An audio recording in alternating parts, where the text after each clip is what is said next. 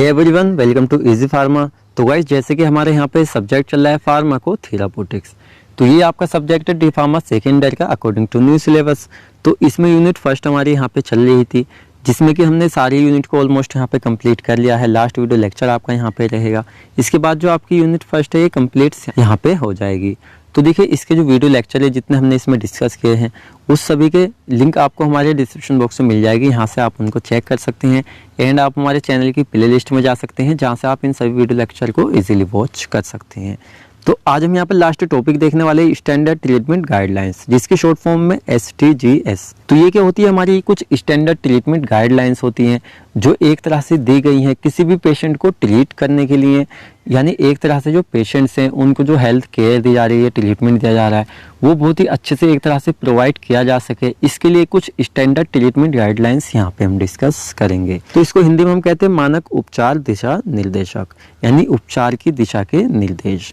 तो इसका चलिए फर्स्ट हम देख लेते हैं इंट्रोडक्शन।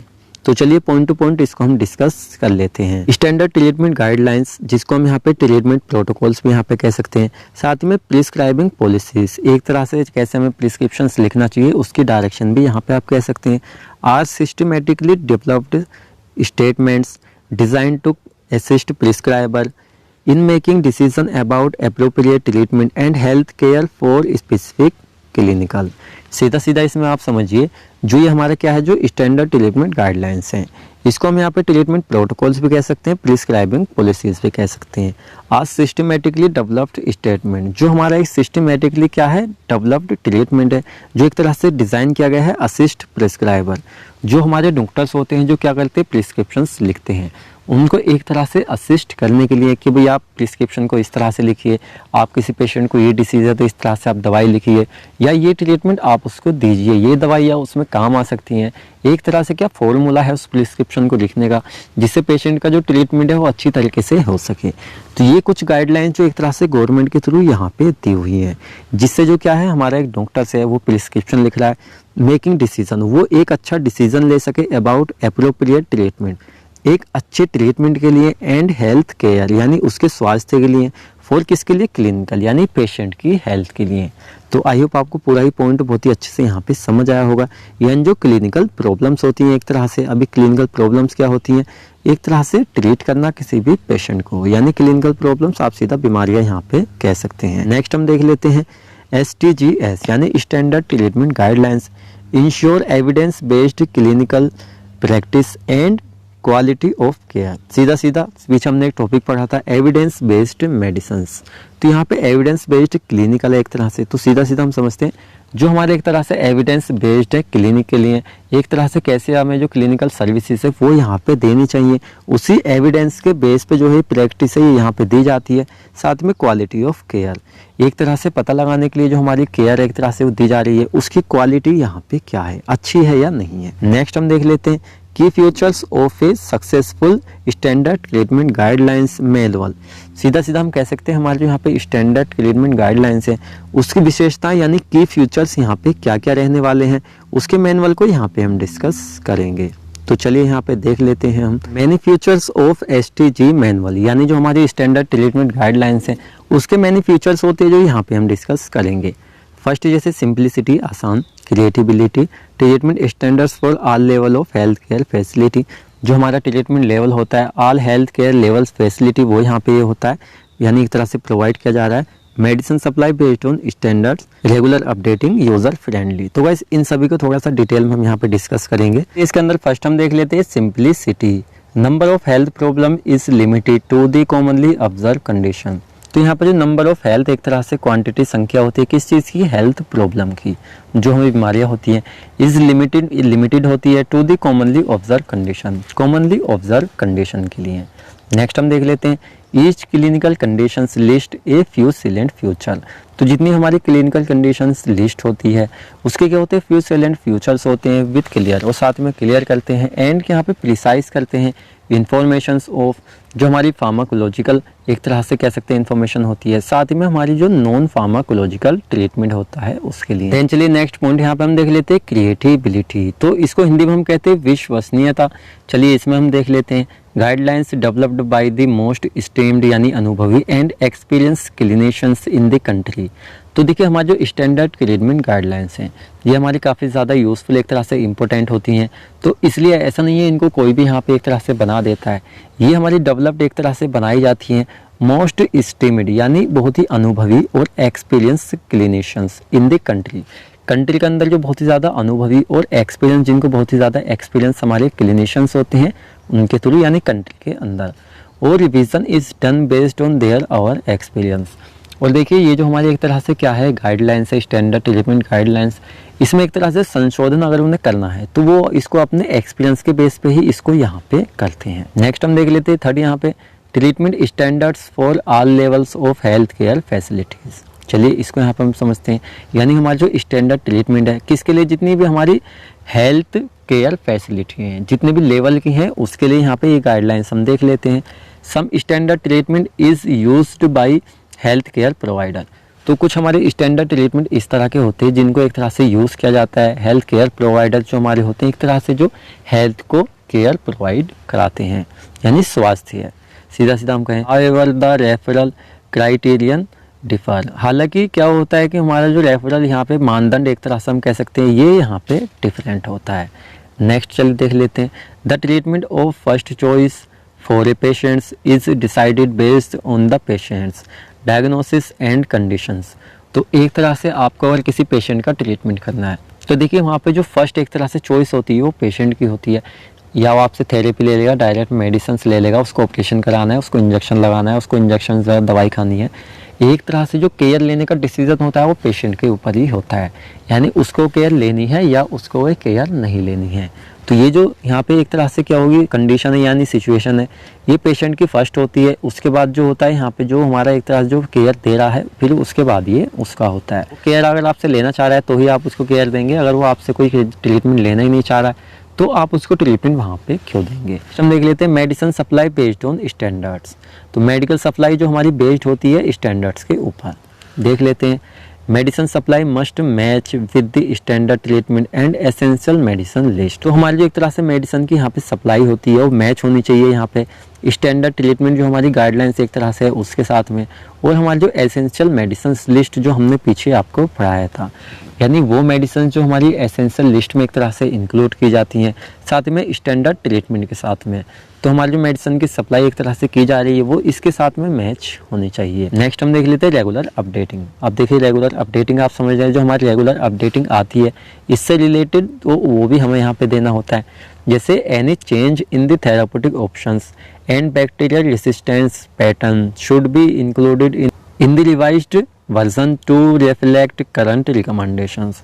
अब मान लीजिए कोई भी हमारी क्या है एक तरह से अपडेट है जो मार्केट के अंदर है, अब वो अपडेट किस चीज़ से रिलेटेड, मान लीजिए चेंज हो गया थेराप्यूटिक ऑप्शंस, जो थेराप्यूटिक एक तरह से हम क्या दे रहे हैं ट्रीटमेंट दे रहे हैं उसका ऑप्शन चेंज हुआ है, या जो बैक्टीरिया एक तरह से पहले से जो डिसीज़ कोज कर रहे थे उनको रिसिस्ट करने के लिए एक तरह से प्रतिरोध उसके अगेंस्ट वर्क करने के लिए कोई अच्छा ट्रीटमेंट एक तरह से कुछ गाइडलाइंस या कोई मेडिसिन न्यू आई है कि भाई हाँ ये जो दवाई है हमारी इस बैक्टीरिया को अच्छे से मार रही है, तो इसका जो पैटर्न है ये यहाँ पे साथ ही में इंक्लूडेड किया जाना चाहिए revised version two reflect current recommendations. जो करंट एक तरह से हम रिकमेंडेशंस कर रहे हैं किसी चीज़ के लिए तो उसका जो वेरिएंट है एक तरह से मतलब अच्छी जो न्यू अपडेट है उससे हमें अपडेट यहाँ पे होते रहना चाहिए। ये भी स्टैंडर्ड ट्रीटमेंट गाइडलाइंस का ही वर्क यहाँ पे होता है। लास्ट में यहाँ पे हम देख लेते हैं यूज़र फ्रेंडली। एक तरह से जो आप क्या कर रहे हैं भाई किसी को ट्रीटमेंट वगैरह दें हैं तो आप फ्रेंडली तरीके से कैसे उसको एक तरह से देंगे, किस तरह से आपका वर्क इंक्रीज़ होगा, किस तरह से आप उसको लागू कर रहे हैं, ये यहाँ पे हम देखेंगे। जो हमारी STGS यानी जो हमारी स्टैंडर्ड ट्रीटमेंट गाइडलाइंस होती हैं should be published as a small durable pocket manual. तो पहले अगर आप किसी भी काम को स्टार्ट करते हैं पब्लिश करते हैं तो उसको आप स्मॉल ड्यूरेबल पॉकेट के अंदर हमें इसको करना चाहिए। ऐसा नहीं है आपने लार्ज क्वांटिटी में फर्स्ट टाइम उसको कर दिया है तो चला नहीं चला, तो ये ऐसा नहीं करना चाहिए। स्मॉल ड्यूरेबल यहाँ पे पॉकेट मैनुअल होता है जिसमें करना चाहिए which are easy to carry out and use, जिसको कैरी आउट करना या यूज़ करना आसान हो। सीधा सीधा इसका हम एग्जांपल समझते हैं। कोई हम बिज़नेस क्या कर रहे हैं ओपन कर रहे हैं, अब मान लीजिए आपने उसको पहले ही हाई लेवल पे ओपन कर दिया तो उसको आपको कैरी करना, अचानक से उसको संभाल लेना, उसका किस तरह से यूज़ करना वो आपके लिए थोड़ा हार्ड हो जाता है। आपने स्मॉल लेवल पे कोई भी वर्क अपना शुरू किया, आपने स्टार्टिंग में उसको कैरी किया थोड़ा था, ऐसी जैसे आपकी जिम्मेदारियां बढ़ती चली गई, आप उसको कैरी करते चले गए, इस तरह से आप उसको एक तरह से लार्ज पैमाने पे आप उसको कर सकते हैं। तो ईजी होता है इसको कैरी करना और यूज़ करना। एंड चलिए नेक्स्ट यहाँ पे हम देख लेते हैं advantages of standard treatment guidelines. या फर्स्ट हम देखेंगे पेशेंट के लिए इसके क्या फ़ायदे हैं। It provide a cost effective optional therapy, यानी जो हमारी स्टैंडर्ड ट्रीटमेंट गाइडलाइंस है ये एक तरह से जो पेशेंट है वो ट्रीटमेंट ले रहा है कहीं से भी, तो उसको भी प्रोवाइड कराते कॉस्ट इफेक्टिव यानी सस्ते पैसों में अच्छी थेरेपी। नेक्स्ट हम देख लेते हैं it provide better complements through consistency among prescriber. ये प्रोवाइड कराता है बेटर कॉम्प्लीमेंट, जो हमारा कोई प्रिस्क्राइबर है जो ड्रग को लिख रहा है तो उसको एक अच्छी कॉम्प्लीमेंट्स प्रोवाइड करा रहा है कि भाई हाँ भाई आप प्रिस्क्राइबर हैं तो अच्छी ड्रग वहाँ पे लिखिए। नेक्स्ट हम देख लेते हैं it provide the availability of drugs, यानी जो हमारी ड्रग है उनकी अवेलेबिलिटी हमारे पास कितनी होनी चाहिए ये यहाँ पे प्रोवाइड कराता है। साथ ही में नेक्स्ट हम देख लेते हैं it provide overall better quality of care. जो हमारी स्टैंडर्ड ट्रीटमेंट गाइडलाइंस हैं सच में अगर देखें तो उनको बनाया ही इसलिए गया है जिससे जो पेशेंट है उनको अच्छे यहाँ पे बेटर क्वालिटी केयर यहाँ पे मिल सके, यानी केयर करने की जो क्वालिटी है उसको इम्प्रूव करके बेटर करके प्रोवाइड यहाँ पे स्टैंडर्ड ट्रीटमेंट गाइडलाइंस। देन चलिए नेक्स्ट यहाँ पे हम देख लेते हैं हेल्थ केयर प्रोवाइडर्स। तो देखिए पीछे हमने देखा पेशेंट, एक तरह से पेशेंट को कैसे अच्छा ट्रीटमेंट मिले, केयर मिले, वो हमने देखा। अब हम देखेंगे जो हमारे हेल्थ केयर प्रोवाइडर्स मीन्स आप कह सकते हैं जो हेल्थ केयर है यानी केयर प्रोवाइड करा रहे हैं किसी भी पेशेंट को, जैसे आप डॉक्टर कह सकते हैं। इन्हें किस तरह से बेनिफिट है यानी एडवांटेजेस है इस गाइडलाइंस का, ये हम देखेंगे। It provide standardise guidance to practitioners. जो प्रैक्टिशनर्स होते हैं उनको एक अच्छा एक तरह से स्टैंडर्डाइज गाइडेंस एक तरह से ये प्रोवाइड कराता है कि हाँ भाई आप इतने अच्छे तरीके से किस तरह से ट्रीटमेंट कर सकते हैं किसी भी पेशेंट का। चलिए नेक्स्ट यहाँ पे हम देख लेते हैं it provide standards quality of care based on expert consent and bases. ये समझ रहे हैं जो हमारे प्रोवाइडर्स होते हैं मतलब ये प्रोवाइड कराते हैं स्टैंडर्ड क्वालिटी ऑफ केयर, किस तरह से आप अच्छी मतलब क्वालिटी के साथ में किसी पेशेंट की केयर कर सकते हैं। On expert consent and bases of monitoring, किस तरह से बेस पे आप मॉनिटरिंग कर सकते हैं यानी अच्छी एक तरह से हम सप्लाई मैनेजर। अब देखिए हमारे जो सप्लाई यहाँ पे मैनेजर हैं वो किस तरह से मतलब उनको ये प्रोवाइड कराते हैं। It identify medicines to be available for the most commonly treated disease condition. तो ये क्या करते हैं यहाँ पे आइडेंटिफाइज करते हैं मेडिसिन्स को टू बी अवेलेबल, जो एक तरह से अवेलेबल हो रही है फॉर किसके लिए, most commonly treated disease condition के लिए। कुछ हमारी ऐसी होती है जो मोस्ट कॉमन हमारी डिसीज कंडीशंस हैं उनको ट्रीट करने के लिए जो हमारी एक तरह से ड्रग है जो सप्लाई की जा रही हैं उनको यहाँ पे ये चेक किया जाता है। देन चलिए नेक्स्ट यहाँ पे हम देख लेते हैं डिसएडवांटेजेस, यानी जो स्टैंडर्ड ट्रीटमेंट गाइडलाइंस हैं उसके क्या क्या डिसएडवांटेजेस होते हैं। चलिए इसको भी यहाँ पे हम देख लेते हैं। It establishment developments and implementation is difficult long, guys sorry यहाँ पे लॉन्ग होगा आप इसको लॉन्ग कर लें। दे एंड टाइम टेकिंग, तो देखिए क्या है ये जो हमारी प्रोसेस है स्टैंडर्ड ट्रीटमेंट गाइडलाइंस कहीं भी क्या कर रहे हैं हम इनको एक तरह से इस्टेब्लिशमेंट कर रहे हैं, लागू कर रहे हैं, डेवलपमेंट्स इसके अंदर हम कर रहे हैं, इम्प्लीमेंटेशन जैसे हम लागू करते हैं।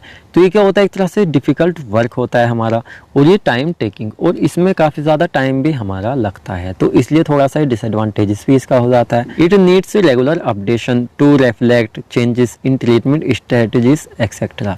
और ये जो हमारी स्टैंडर्ड ट्रीटमेंट गाइडलाइंस होती हैं इसमें रेगुलर अपडेशन यानी रेगुलर अपडेट की यहाँ पे ज़रूरत होती है। Reflect changes in treatment strategies, जिससे जो हमारे किसी पेशेंट को ट्रीटमेंट करने की स्ट्रेटजी से उसमें भी चेंजेस यहाँ पे ला सके अकॉर्डिंग टू न्यू अपडेट। तो गाइस आपका जो टॉपिक था यहाँ पे कंप्लीट हो चुका है और जो इससे नेक्स्ट वीडियो लेक्चर हमारे यहाँ पे रहेगा तो आई थिंक वो यूनिट सेकंड का आपका रहेगा। और आपकी जो यूनिट सेकंड है देखिए आपकी जनरल लाइफ के बेस से बहुत ही ज़्यादा इंपॉर्टेंट होने वाली है, क्योंकि आप पढ़ लिख के पास हो जाते हैं चलिए वो अलग बात है, आप अपने प्रोफेशन में आगे जाएंगे, आप अगर कोई डॉक्टर बनते हैं, आप मेडिकल वगैरह खोलते हैं, आप क्लिनिक वगैरह भी करते हैं, बाद में अगर बी फार्म वगैरह आप करते हैं तो क्या होता है आपके लिए बहुत ही ज़्यादा नॉलेज के टॉपिक रहेंगे एक तरह से जितनी भी आपकी डिसीजेस रहेंगी। आपको जनरली पता होना चाहिए कौन सी डिसीज़ के क्या सिम्टम्स है, क्या यूज़ मतलब कौन सी मेडिसिन इसमें हम यूज़ कर सकते हैं ये वगैरह वगैरह। तो यूनिट सेकंड हम जल्दी ही यहाँ पे स्टार्ट करेंगे। आपको लेक्चर अच्छा लगा तो वीडियो को लाइक करें और अपने फ्रेंड्स के साथ भी शेयर करें। देन आप चैनल पर नए हैं तो चैनल को सब्सक्राइब करें। तो मिलते हैं जल्दी ही आपसे नेक्स्ट वीडियो लेक्चर में।